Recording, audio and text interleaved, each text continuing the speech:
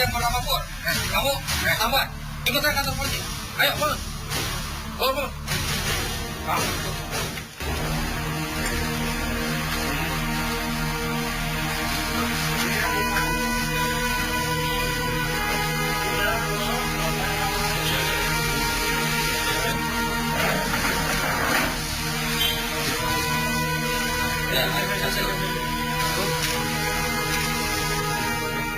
Air mata sudah tak ada guna lagi. Emosi Slamet Purwanto alias Pur campur aduk usai diciduk. Walau polisi terus-menerus coba membujuk. Kondisi berbeda justru terlihat pada kakak sulung Pur, Muhammad Syarifuddin alias Ahmad. Sikapnya dingin. Kedua kakak beradik ini hampir saja luput dari jerat kejahatannya dengan mengira pemakaman ayah kandung mereka Yatimin akan mengubur segala dosa mereka. Paling tidak, sampai seorang saksi buka mulut ke telinga polisi. Kemudian pada hari Jumat, kami mendapat informasi bahwa meninggalnya korban saudara Yatimin ini tidak wajar. Karena pada saat dimandikan, di bagian telinga ada pembekakan. Setelah itu kita selidiki, kita mencari informasi. Kemudian sekitar pukul 20.30 malamnya ada saksi yang benar-benar tahu persis bahwa pada hari Selasa itu korban dipukuli oleh 2 orang anaknya. Kamis malam, 11 Desember 2014 silam, Yatimin meninggal. Rupa jenazah Yatimin memang tak wajar. Kabar janggal itu pun menyebar sebelum fajar. Sekujur tubuh Yatimin luka lebam serta telinganya membengkak. Diagnosa dokter merekam Yatimin alami pendarahan di rongga otak. Itulah musabab nyawanya tak tertolong. Ini meninggal kayaknya wajar. Dia pada besar memampunya dia jadi apa-apain itu. Udah buat makanan aja.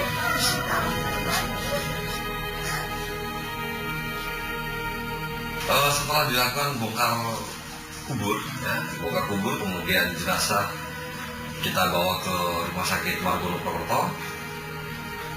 Dari hasil keterangan dokter menyatakan bahwa terdapat beberapa luka di bagian tubuhnya. Di antaranya kedua belah telinganya ini lebam sehingga rapat ya.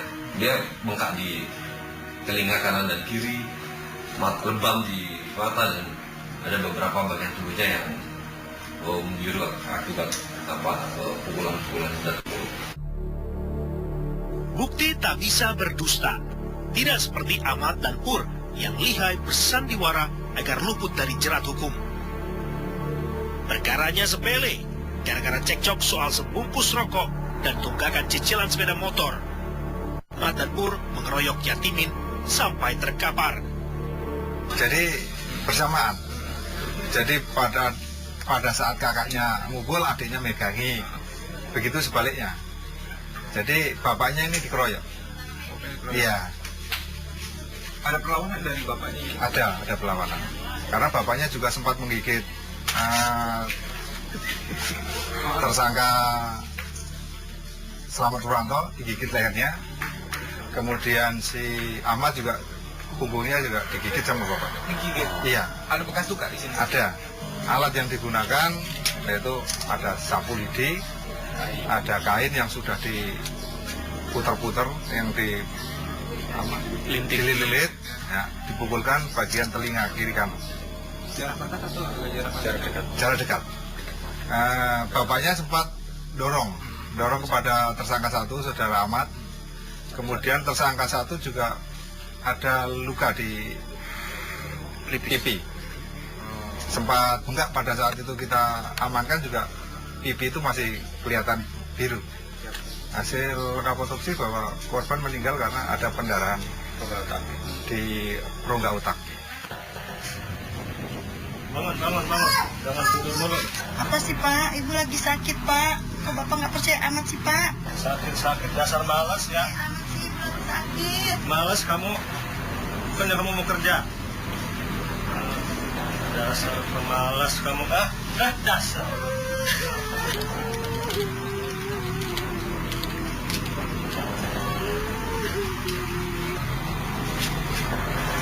Udah, coba begini, saya mendingan mati aja dah. Astagfirullahaladzim, Bapak ini gimana sih, Pak? Udah. Nah, mendingan mati aja saya kalau begini mah. Astagfirullahaladzim, jangan begitu, Pak. Ih, kalau misalnya Bapak nggak ada, gimana anak-anak?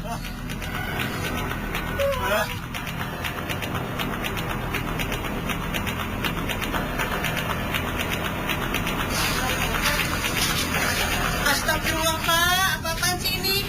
Kalau mau bunuh diri, bilang sama anak-anak.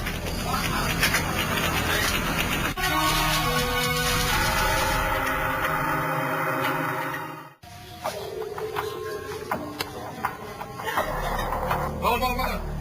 Kamu yang bernama Pur. Kamu, Ahmad. Ikut saya kantor polisi. Ayo, bangun. Bangun. Ikut.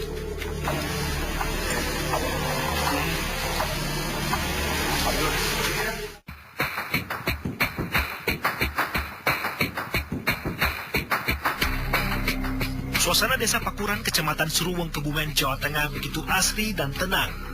Di perkampungan inilah Yatimin 43 tahun hidup sederhana dengan istrinya Siti Tunsia dan keempat anaknya.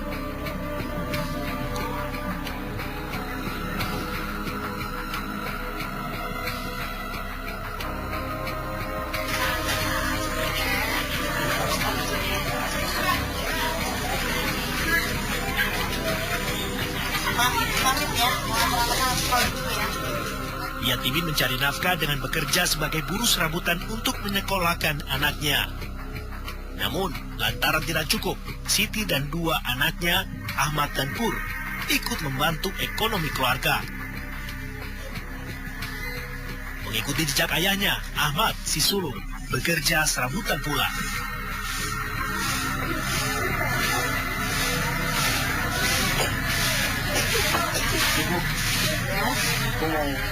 Bantuin Pak Pulau dulu.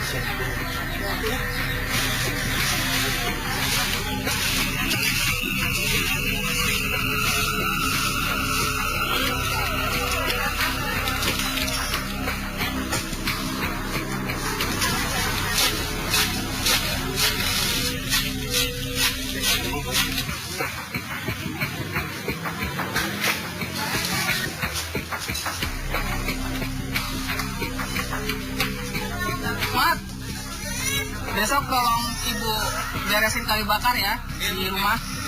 Jangan lupa ya, lali ya. Yowes.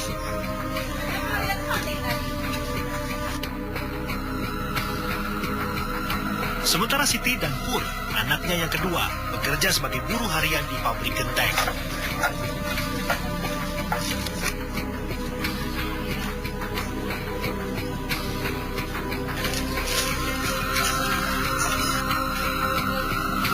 Namun berjalan waktu, perangai Yatimin mendadak berubah. Yatimin menjadi pemarah, berbicara kasar, dan ringan tangan. Jangan tidur mulu. Apa sih, Pak? Ibu lagi sakit, Pak. Kok Bapak nggak percaya amat sih, Pak? Sakit, dasar malas ya. Amat sih, Ibu lagi sakit. Malas kamu. Bukannya kamu mau kerja. Dasar pemalas kamu, dasar.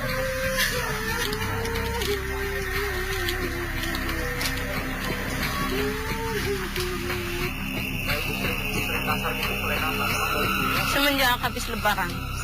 Iya. Sebelumnya pernah begitu juga? Enggak, dulu enggak. Tapi semenjak habis lebaran kemarin kesini dia sering mukul aku. Kalau perlakuan bapaknya sama ibu gimana? Kalau iya ini aku nggak nutupin aku sendiri ya. Terus terang aku, emang aku sering dipukul, sering tendang. Waktu kalau aku lagi sakit dikirain pura-pura gitu. Nggak, belum pernah. Ya, benar-benar aku sakit juga dikirain pura-pura. Itu katanya, males kerja aja gitu, dibilangin gitu. Padahal badan aku emang benar-benar lagi sakit. Sampai anak yang nomor 3 tuh nangis sendiri kalau lihat aku dipukul gitu, ditendang. Udah kemarin waktu anak aku pulang dari rumah sakit juga masih kan badan aku kurus ya. Kurus tinggal balung sama tulang kata-kata orang gitu.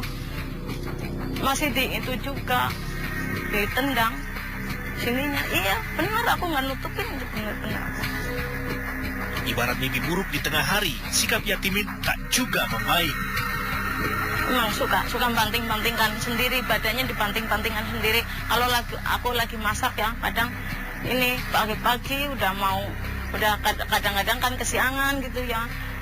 Siapa coba kalau nggak marah, udah sininya buru-buru mau nganter sekolah, mau kerja gitu ya, malah apinya disiram pakai air. Coba siapa yang nggak sakit api gitu. Padahal tiap hari gitu dilakuinnya. Iya. Disiram pakai air. Iya pakai air biar nggak masak gitu. Katanya buat apa masak, nggak ada gunanya gitu bilangnya. Padahal kan buat anak-anak nyarap gitu. Bro, lagi ngapain, Bro? Lagi masak, Pak. Ngapain pakai masak-masak segala, Bu? Kalau kita nggak masak, anak-anak mau makan apa, Pak? Udah, kalau begini, saya mendingan mati aja dah. Astagfirullahaladzim, Bapak ini gimana sih, Pak? Nah, mendingan mati aja saya kalau begini mah. Astagfirullahaladzim, jangan begitu, Pak. Ih, kalau misalnya Bapak nggak ada, gimana anak-anak?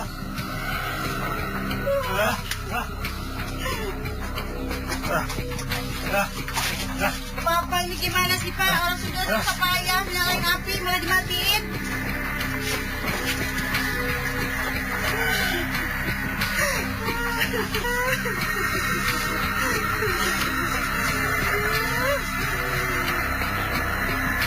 Yatimin ternyata depresi. Saban hari, Yatimin seperti kehilangan arah, seolah tersesat di benaknya sendiri. Dia nggak tahu, orang dia nggak pernah curhat sih sama keluarga. Kalau ditanya emang marah. Oh, gitu. Iya, Coba dibawa ke dokter. belum. Belum. Orangnya nggak mau, suruh periksa nggak mau. Katanya ntar takutnya katanya gini, ayo periksa, Mak.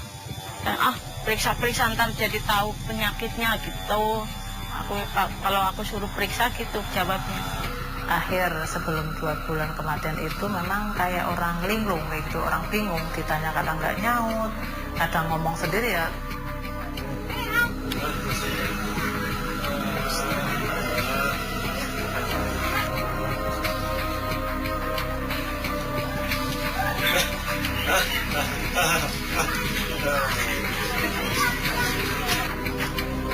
Perilaku aneh lainnya, Yatimin selalu menghalang-halangi istri dan kedua anaknya pergi bekerja. Alasannya, ia khawatir mereka akan dibunuh dan dipukuli orang.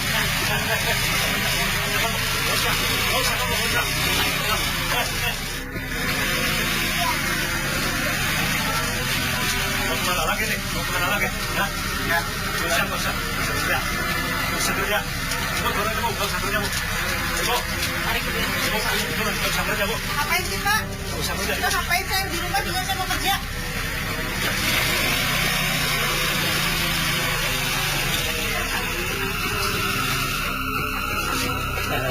Kalian mau kemana? Hah? Kerja, Pak. Nggak usah kerja. Nggak usah kerja. Kita kalau nggak kerja makan apa, Pak? Nggak usah, pokoknya. Ntar kamu dibunuh orang di jalan. Nggak usah. Kamu nggak usah kerja. Kamu nggak usah kerja, Bu.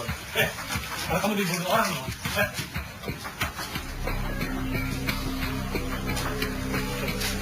Ya itu kalau mau kerja tuh nggak boleh, kalau mau pergi nggak boleh, jadinya bikin emosi anak gitu.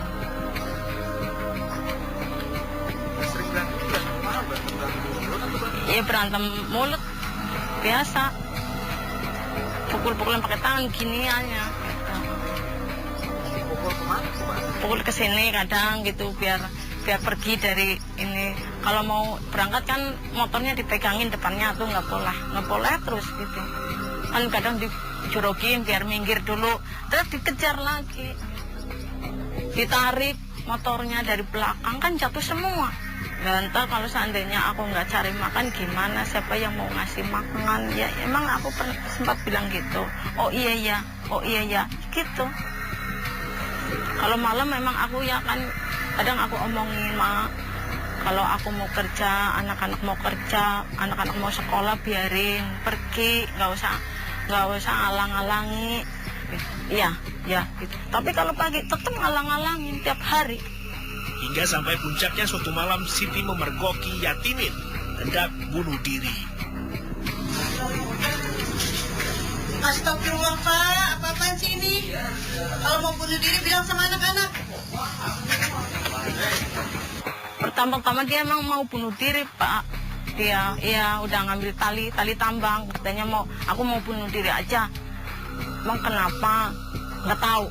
Gitu, emang aku tanya malam-malam gitu, udah narik tambang sendiri.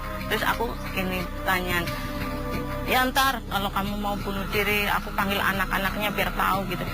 Dia terus nggak jadi. Gitu. Ya, enggak. Tolong.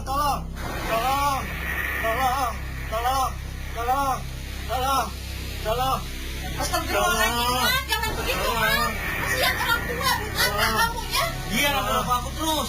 Jangan begitu sama orang tua. Kurang kalian.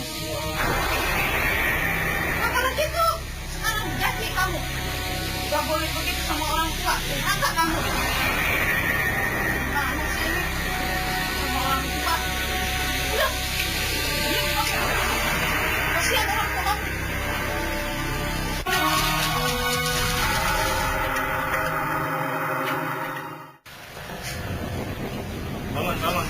Jangan tidur mulu. Apa sih Pak? Ibu lagi sakit Pak. Kok Bapak nggak percaya amat sih Pak? Sakit dasar malas ya. Amat sih, lagi sakit. Malas kamu. Bukannya kamu mau kerja. Dasar malas kamu dasar.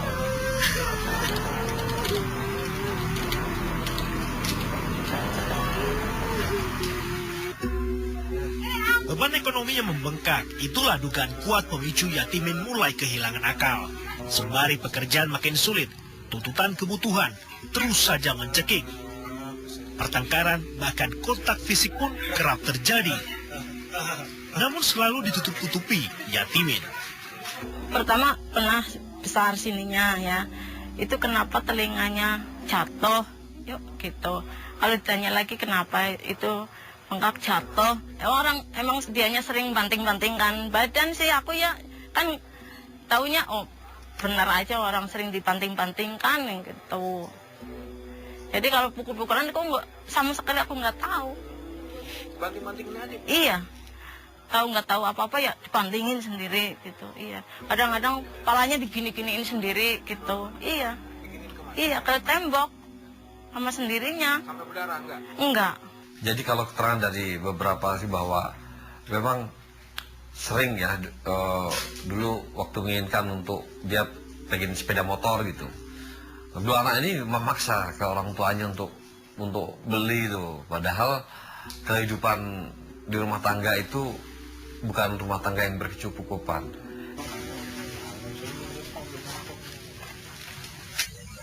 Pak, beli motor dong. Beli motor dong, Pak. Beli motor, pakai apaan beli motor? Pakai uang lah. Buru-buru buat beli motor, buat makan aja kita susah. Lihat dong teman-teman aku pada punya semua.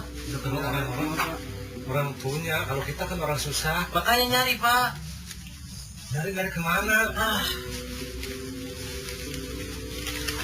Dan ketika tidak diberi dia melakukan kekerasan terhadap orang tuanya. Pernah Mbak pukuli juga.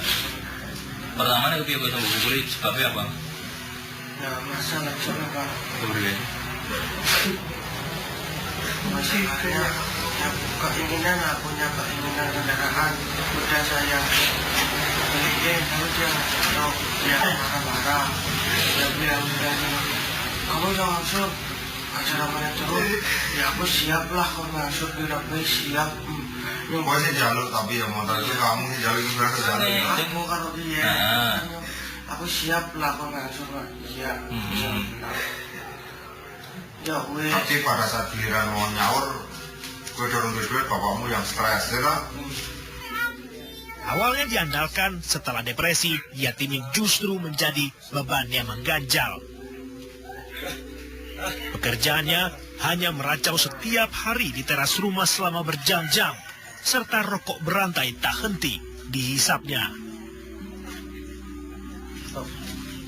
Bu, Apa sih, Pak? Rokok Bapak mana, Bu? Nggak tahu, Pak. Cari aja sendiri. Hah? Ibu, Bapak minta rokok aja. Apa sih, Bu? Lantaran tak diberi uang, Yatimin melirik, lalu mencuri rokok milik anaknya berkali-kali.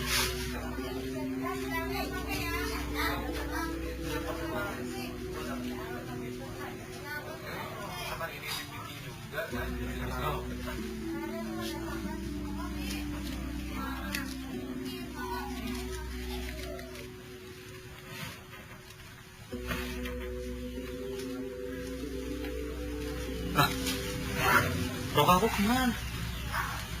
Bu, lihat rokok aku nggak, Bu? Nggak tahu nih.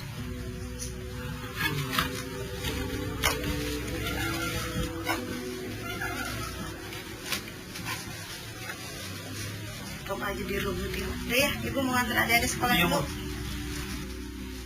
Pasti Bapak nih yang ambil. Dasar. Kalau rokok itu aku emang nggak tahu. Cuma nanya doang pagi-pagi, Bu, kamu beliin rokok sama Bapak? Enggak, gitu. Emang aku nggak beliin, ya aku nggak bilang, nggak ngomong beliin, orang nggak beli, ya nggak beli. Gitu. Nah itu Bapak mau rokok dari mana yang nggak tahu. Ya udah terus aku pergi. Sering ngabisin, ya. Dia emang sering ngabisin. 2 bungkus, 3 bungkus cepet habis. Rokok anak-anaknya. Anak yang pertama, kalau yang kedua kan jarang rokok. Kalau ada yang rokok, kalau enggak ya enggak. Ahmad geram, kesabarannya habis. Yatimin ditarget Ahmad untuk dihabisi. Pak, lihat rokok aku nggak, Pak? Enggak. Yang benar, Pak. Jangan bohong, Pak. Enggak, bener. Sungguh, Bapak. Dari kemarin, Bapak, rokok aku hilang terus. Sama Bapak ya? Enggak. Jangan bohong, Pak. Ngaku aja kalau pengen ngerokok kerja. Ini rokok aku diambil tuh sama Bapak. Bapak nggak ngambil, enggak apa juga kamu, saya bilang. Dasar kamu. Bapak enggak ngambil, Bapak lihat enggak. Enggak. Tolong.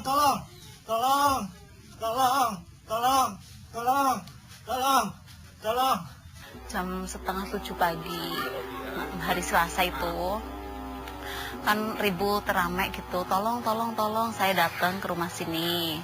Nah, terus saya masuk, bertiga lagi berantem. Setahu saya, melihat saya, si Slametnya lagi megangin tangan kayak gini, Ahmadnya lagi mukulin kesininya pakai sikut. Ya Mat, jangan kayak gitu, astagfirullahaladzim Mat, kok pada kayak gini, kenapa sih? Saya bilang gitu. Ini yuk saya dipukul sampai berdarah. Dan si adiknya yang bernama Sipur itu, ini yuk saya digigit, sininya emang digigit sama dicakar itu sama babak satinnya. Lihat enggak. Tolong.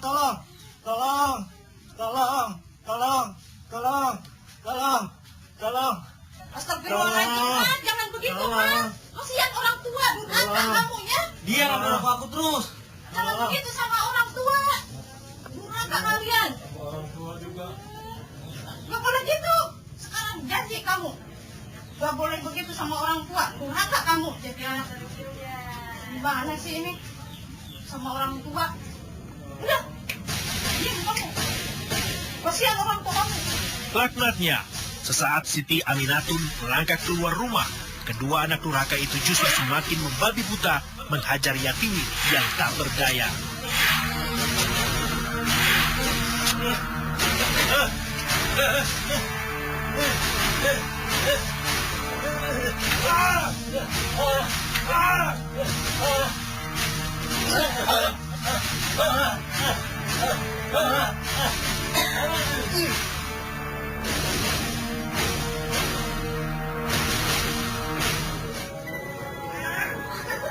Astagfirullahaladzim, Pak, ini kenapa Pak? Waduh, pingsan ini. Mana ya?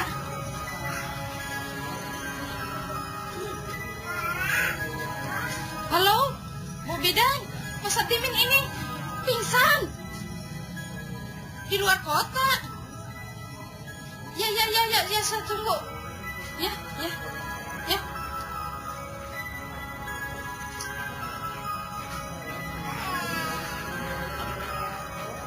Innalillahi wa inna ilaihi raji'un. Ya Allah, gimana ini?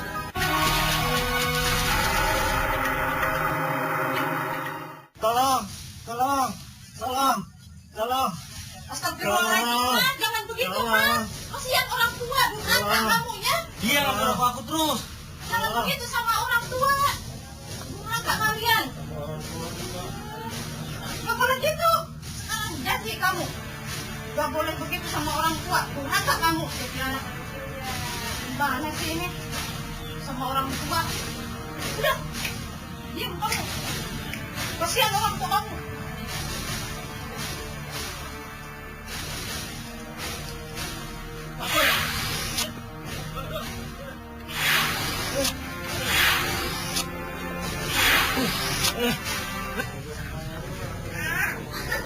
Astagfirullahaladzim. Pak, ini kenapa Pak? Waduh, pingsan ini. Mana ya?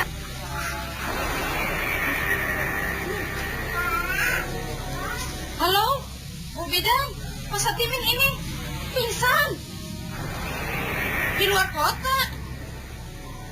Ya, saya tunggu. Ya.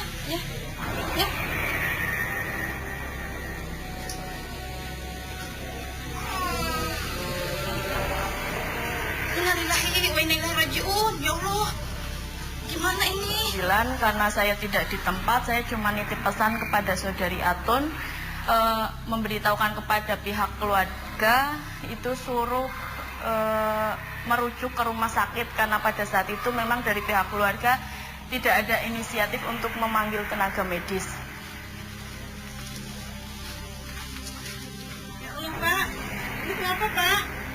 Pak, Pur, Bapak kenapa Pur? Ya tahu gua dari tadi pingsan. Bapak, apa sih Pak? Apa yang dirasain Pak? Pak, bangun Pak. Pur, gimana nih Pur, Bapak Pur? Tahu Bu, dari dulu bingung Bu. Pak, sadar Pak.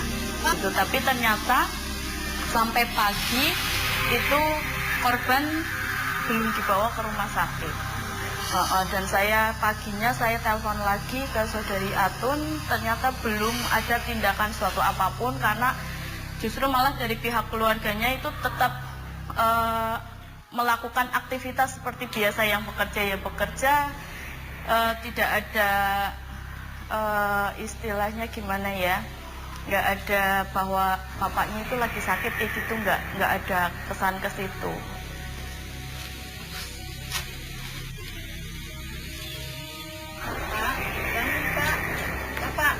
Bangun Pak. Bapak kok nggak bangun sih Pak? Pak, bangun Pak.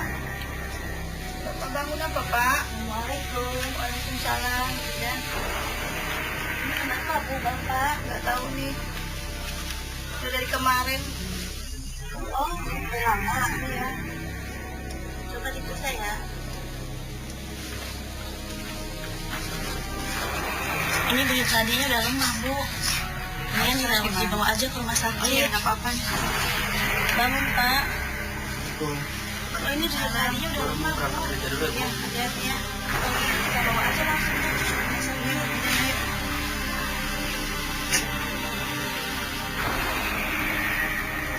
Udah geletak, udah nggak sadar. Gimana? Ya di rumah, di sini. Aku kan diambil sama anak yang nomor 2. Ya. Tapi lagi kerja, itu pulang.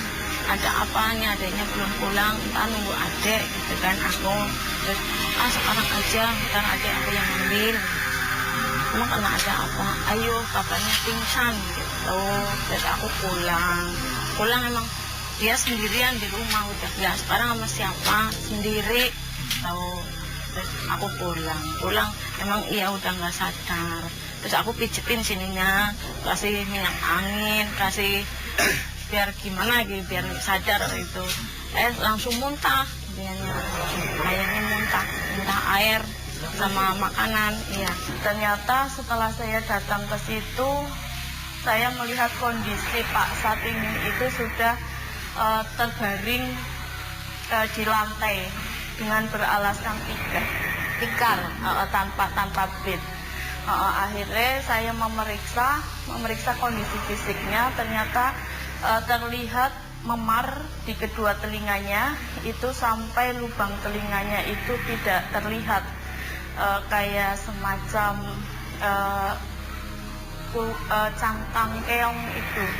Saya karena tidak bisa memastikan kondisinya karena apa, dan saya pun tidak bisa berbuat apa-apa di rumah karena memang kondisinya sudah tidak sadar. Akhirnya saya melarikan ke rumah sakit PKU Muhammadiyah Seruwo. Kata dokter sih waktu pertama kali stroke sama jantung, apa paru-paru, aku belum pernah ini sih. Katanya kan hasil ronsennya hari Kamis, tapi hari Kamisnya kan meninggal. Yatimin mati terus menuai simpati, namun Ahmad dan Pur seolah tidak memiliki hati, tidak mau mengaku mereka lah dalang Rajapati.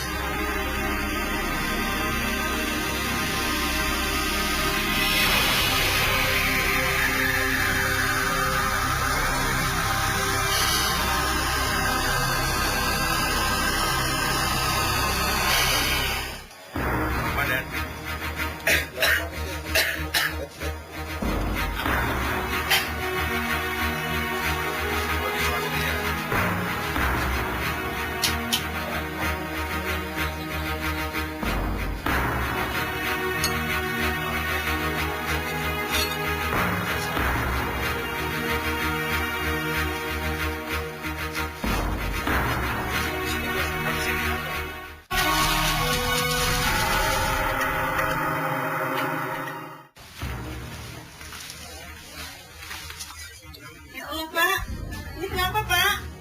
Pak, Pur, Bapak kenapa Pur? Ya tahu gua dari tadi pingsan. Bapak, kenapa sih Pak? Apa yang dirasain Pak? Pak, bangun Pak. Pur, gimana nih Pur, Bapak Pur? Tahu Bu, saya juga bingung Bu. Pak, sadar Pak. Pak. Gegara kasus pembunuhan Yatimin nama desa Pakuran di Kecamatan Seruwo Kebumen mendadak tenar. Rumah berdinding tanpa plester ini, rumah Yatimin menjadi pusat sorotan. Di ruang tengah inilah Yatimin dikeroyok Ahmad dan Pur.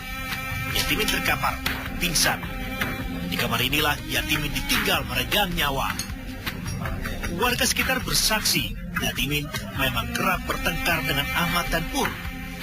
Namun selalu Yatimin yang terima getahnya digebuki. Berantem mulut, nah, saya dengar, tapi kan pintunya ditutup. Saya dengar dari luar aja. Biasanya berantem soal apa? Ya soal itu kalau mau berangkat kerja emang suka ribut kalau pagi. Kalau lagi pukul-pukulan pintunya ditutup.